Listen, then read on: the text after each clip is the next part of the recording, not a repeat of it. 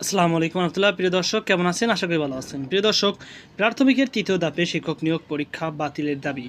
চলুন শিক্ষাবার্তা.com এর মাধ্যমে আমরা সেটি জেনে নিই।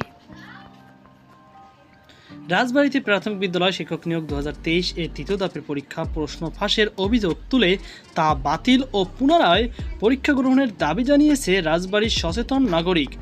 সোমবার 29 এপ্রিল বেলা 11টার দিকে রাজবাড়ীর সচেতন নাগরিক ব্যানারে রাজবাড়ী জেলা প্রশাসক কার্যালয়ের সামনে মানববন্ধন, বিক্ষোভ ও কর্মসূচি অনুষ্ঠিত হয়। এতে শতাধিক পরীক্ষার্থী অংশ নেয়। মানববন্ধনে পরীক্ষার্থী আমজাদ আলী ভুইয়া, রাজবাড়ীর সরকারি কলেজের অর্থনীতি বিভাগের শিক্ষার্থী নুরুন্নাহান রূপা, সুরাইয়া সহ বেশ কয়েকজন শিক্ষার্থী বক্তব্য রাখেন। তারা বলেন, তৃতীয় ধাপের পরীক্ষার প্রশ্নপত্র ফাঁস হয়েছে। ফাঁস হওয়ার প্রশ্ন অনেকের হাতে পৌঁছেছে। অনেক শিক্ষার্থী ফাঁস হওয়া প্রশ্নপত্র যারা উত্তীর্ণ হয়েছেন তাদের নিয়ে হাসি ঠাট্টা করা হয়েছে।